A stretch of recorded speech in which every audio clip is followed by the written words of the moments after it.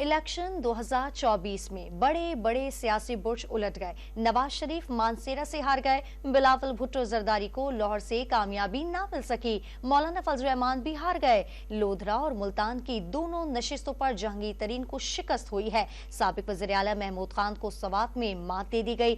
सिराजुल हक, परवेज खटक, परवेज इलाही, शेख रशीद भी हार गए। राना सनाउल्लाह, चौधरी निसार, शोएब शाहीन भी नाकाम हुए। इंतखाबात के अखाड़े में बड़े बड़े सियासी हेवी वेट्स नॉकआउट। कायद नून लीग नवाज शरीफ मान सहरा का सहरा अपने सर सजा न सके।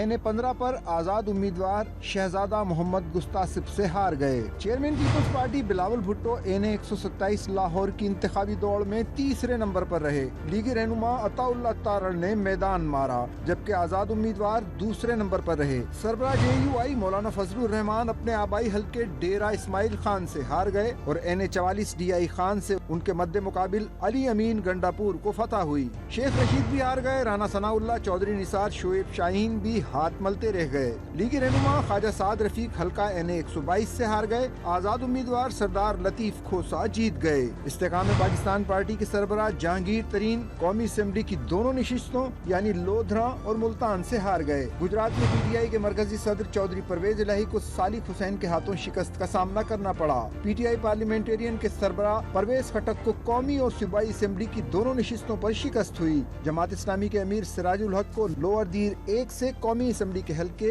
NA-6 से कामयाबी हासिल न हुई। अवामी नेशनल पार्टी के एमल वली खान, हैदर खान होती भी हार गए। साबिक वज़ीर आला पख्तूनख्वा महमूद खान भी सवात PK-10 से इलेक्शन में कामयाब न हो सके। शाह महमूद कुरैशी की साहबजादी मेहरबानो कुरैशी भी अपनी नशिस्त न जीत सकी। लीगी रहनुमा जावेद लतीफ और साबिक वफाकी वजीर गुलाम अहमद बलोर भी मात खा गए।